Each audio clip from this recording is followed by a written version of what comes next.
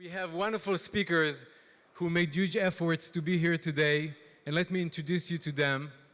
First of all, I would like to introduce the CEO of the Israel Discount Bank, IDB New York, Uri Levin. Please, Uri, join us.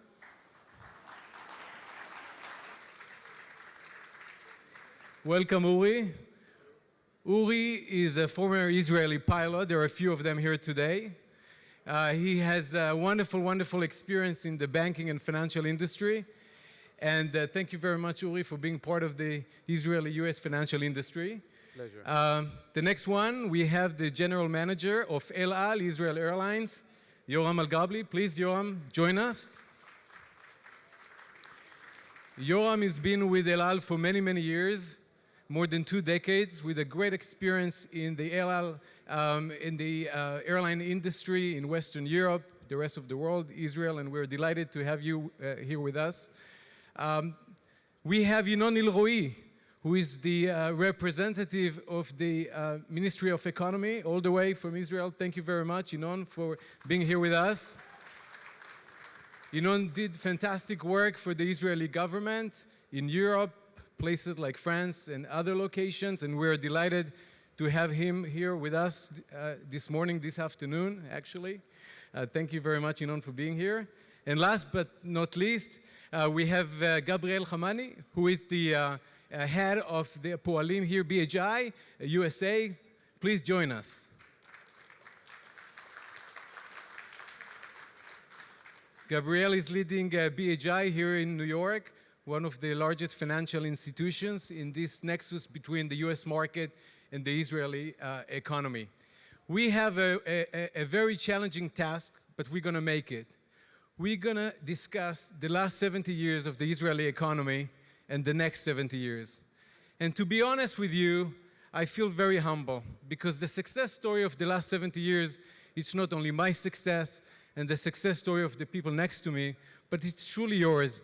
The people who traveled all these years with El Al Airlines, the people who banked with Discount Bank, IDB, and Bank Hapoalim, and BHI, and people who partnered with the Israeli government through its various ministers.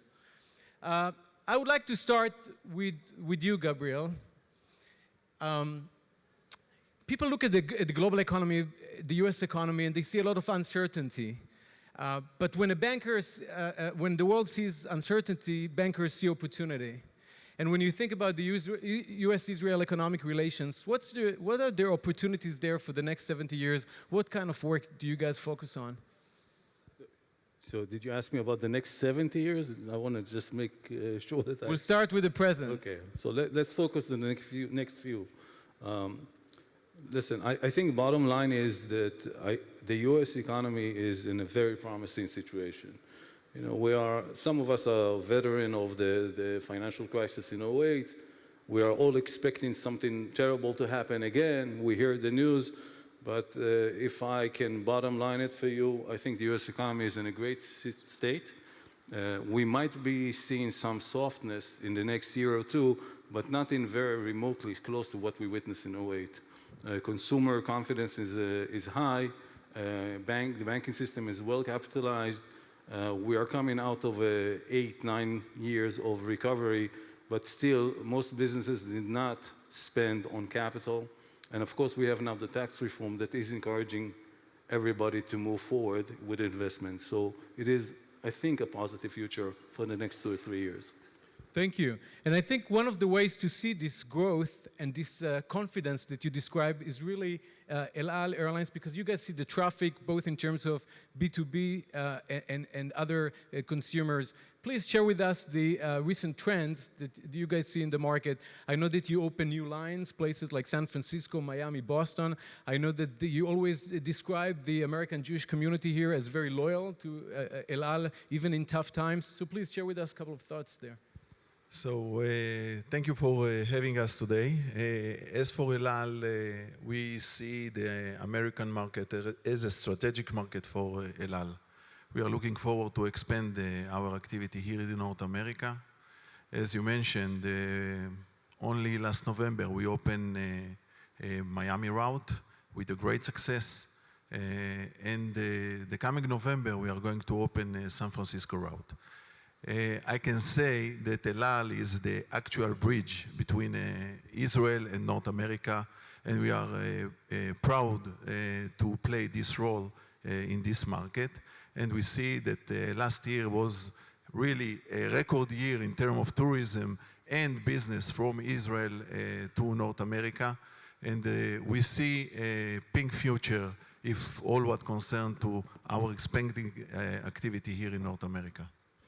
Terrific. Uri, you're a well-established bank in the US market. You see yourself as the gate for Israelis doing business in America and vice versa. When you say the gate to the US market, what kind of things people should have in mind here in the audience and around the world when they think about serving Israeli companies doing business in America and vice versa? Well, it's actually quite interesting. IDB Bank is the largest Israeli-owned bank in the US.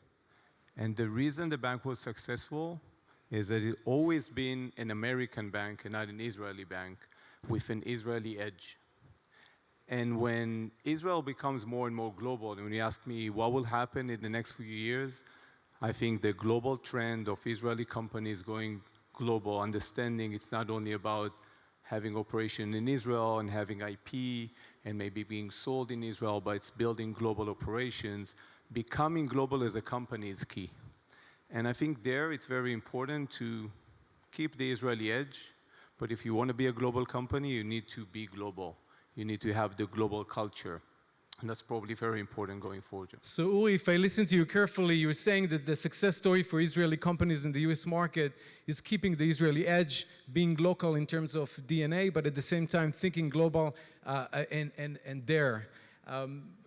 Let me ask you, you've seen many companies, small, mid-sized, large companies, and one of the most important things for many of your companies is trade policies, foreign investment. I know that people often praise the US-Israel trade treaty a couple of decades ago, which was really innovative, and now many countries around the world try to duplicate the model. We've seen changes to trade policy recently. How the Israeli government is seeing the issue? So thank you very much, and thank you for inviting me too. I think, as Uri mentioned, most of the Israeli companies are global companies, and they need to rely on both, trade relations and trade regulations and agreements between different trade partners. We're fortunate to have a very solid relationship with the U.S. administrations. We're long-time trade partners, as you mentioned. The FTA, the Free Trade Agreement with the US was signed in 1985, and this was the first trade agreement to be signed. Ever since, there are developments, and we've tried to be much more efficient. For example, just recently, the countries decided to decline the needs to have a certificate of origin in order to make it easier and facilitate it, and also there were some developments in the agriculture. The point is that there are some challenges still there. As we all know, there's some new policies of the US administrations, which we could understand. Still, as a solid and important partner, we wish and expect that the US administration will continue its very good favor to us, and that the Israeli exporters would not pay custom. Thank you, Inon. Uri, traditionally, especially here in North America, you've serving clients in textile, real estate, things that Israeli companies in Israel and here in the States been very active. But recently we see change, we see more technology. And you mentioned to me earlier that the whole universe of impact investing is growing. How do you see the growth of this area? What are the new areas that you see in banking, financial services more generally with respect to the Israeli market? Well, I think maybe I'll just talk on two examples between Israel and US and how this will evolve in the future. One is clearly technology companies that, as we said before, I think the whole notion of a startup being sold at a very early stage is changing, and we see a lot of Israeli companies moving to the US, by the way, moving to New York and trying to build a global operation. And clearly that's a place that banks have to play a significant role, and Israeli banks can play a significant role in supporting them in their growth. Maybe an even more interesting play, I think what's changing now in with the Jews here in the US and maybe around the country. And I'm saying that from discussion I have with my clients. There's a shift from pure philanthropy into impact investing. There's, rather than just giving money and donating to organizations, this is still continuing and very important. There's a need for a lot of my clients to invest in something that is meaningful for them, and for them that means invest in Israel. And I see a lot of my clients reaching out, trying to find opportunities to invest directly in companies in Israel, opportunities to invest in businesses related to Israel, opportunity to invest in the Israeli capital markets for Israeli funds. And I think that's a very interesting opportunity for both sides, both for Israelis, why they understand the potential, and for the Americans to actually invest differently and get impact investing that's very meaningful for them and very financially beneficial as well. Terrific. Gabriel, you're also in financial services. You are one of the symbols of the Israeli economy, Israeli banking in North America. How do you see the connection between big institutions like BHI or IDB and small startups? Because one would argue that there is a tension there. You represent big institutions, but the needs at the end of the day, especially with respect to the Israeli market, the needs are more in the small to mid-sized companies space. How do you see this whole? I honestly see an unbelievable opportunity for collaboration between the two. I think Bank Hapoalim as a whole, and especially us in the US, we understand the fact that we are in a world that is continuing to be disrupted constantly in all industries. And one can just decide to ignore the trend or just focus on it and utilize the opportunity. So definitely being available. As Uri said, we have the same strategy, the same scope. You have to be available. You have to understand who they are. You have to find a way to work with them. We established a division specific to deal with high-tech companies here in New York, which is working in line with the division. It's exactly the same division in Israel to be able to accommodate the needs of that specific industry, regardless if they are small, medium, or large. We are going to be there for them, servicing them, and joining forces if they have what we need in order to move into the future. Thank you. Let's go back to El Al for a second. People think about El Al as a very old school company, but the reality is that there are many interesting technologies in the aviation industry, and El Al is more and more innovative as time goes by. We have the cockpit, which is an interesting incubator between El Al, Lufthansa Consulting Services, and other institutions. And just in general, I think that El Al is trying to become more innovative. Can you share with us a couple of initiatives that you are involved with? Yeah, we are all talking all the time about the startup nation. So we at El Al took it one step ahead, and together with the Lufthansa system, with JetBlue, with Boeing, we have a joint venture that we are providing a beta house to a startup company, to entrepreneurs that just need a platform to test their product. We are giving them this platform of the beta house, and we are proud to say that there are at least now 5 startups that working on this platform, and after they will test and they will succeed to show their product, we will push their product to other carrier in the tourism industry. I'm sure people here and around the world are excited that El Al is becoming very innovative, but they're also concerned about security and safety, because you don't want your banker and the airlines to be too innovative. Can you promise us that El Al is safe and secure? El Al is safe and secure, and this is one of our strengths, and I think the reputation is speak by itself. And as for innovation, just to let you know that in the last 18 months, we just finished a huge acquisition contract from Boeing, and we are now, we bought 16 Dreamliner, 4 of them are in service already. The 5th one is going to join us next month. And today, from New York, we have a double daily flight with the Dreamliner. And as from July, 22 flights from 28 flights that we are going to operate in this summer from New York going to be operated by new brand Dreamliners made by Boeing. Terrific. So sounds like that your relationship with Boeing, which is an important U.S. company, the relationships are very close and tight, and this is something that I think the story should be told. Many people describe the Israeli economy as an island economy, so we're definitely dependent on trade.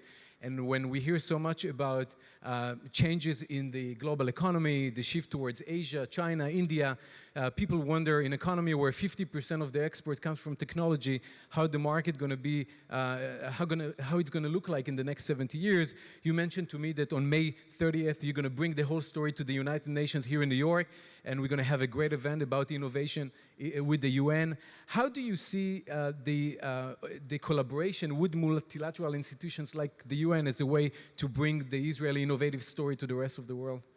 Thank you.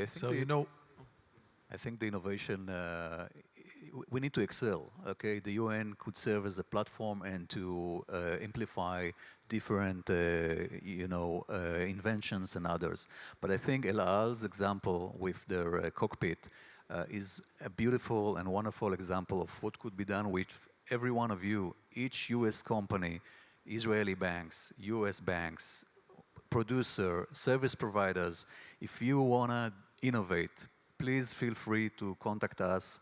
We will try to work together in order to help you to bring some ideas also from Israel. We have new vehicles which call, for example, innovation labs, where companies like the banks or El Al or any others could work in order to facilitate the community and the ecosystem. We're going to launch within the coming months another innovation lab specifically for info security or fintech security, FinSec we call it, and I'm sure that both Israeli banks and global players could take advantage. So please feel free to contact us in order to materialize the potential. Thank you very much. We are towards the end of the panel, so I would like to ask each one of my co-panelists to try to have a vision for the economy for the next 70 years. In a few words, the Jerusalem Post was kind enough to bring us all together here on stage. This is a really one of its kind platform where we had ex-prime ministers, we had ministers from the government, but in the end of the day, we all go home and we want to be part of this wonderful story. It's called the Israeli economy. So if you can try to share with us your dream for the next couple of years for the Israeli economy. And again, I think we all learned today that while we talked a lot about diplomacy, about security, at the end of the day, it's really about this remarkable story. So please, we'll start with you, Gabriel. So listen, I think the state of Israel is an amazing accomplishment from any aspect, especially the economic ones. And the last 2 or 3 decades, there's such establishment of the name, of the recognition of the talent. So definitely my hope, my dream, my belief for the state of Israel is going to be much more significant for the world economy, for the world health, and for humankind as a whole. And hopefully Bank Hapoalim will continue to be the #1 bank. And BHI here in the US is going to be very significant in that scope. So that's my dream, hope for the next 70 years. I think even if 50% of it going to happen, you're in a good place. Yeah. We'll leave the competition towards the end. Yinon, you're the voice of the government. How the Israeli government going to look like? I think that we need to continue and liberal everything that we could do and to decrease, any restrictions that there are on trade and IP. And in addition, to continue and try to help those competitive advantages that we have, like cybersecurity, like fintech, like life science, and taking advantage of the whole Israeli society to make sure that people that are not involved today in the labor force will be able to drink from this fountain, and then we'll be stronger and we will be able to bring additional value to the market. Terrific, thank you. Our friend here from El Al, Yoram, please. So we have a chance to live in an era that the world is changing in front of us. Who believed before that Air India will fly over Saudi Arabia in order to land in Israel? So my dream is to pay the first invoice of the overflying fees over Saudi Arabia And you know that the peace starts from the economic process and the economic relation. So I wish that this dream will come true. So we've got another headline here between El Al and Saudi Arabia. Uri, you're the last one to share your vision for the Israeli economy and for IDB's role in this story.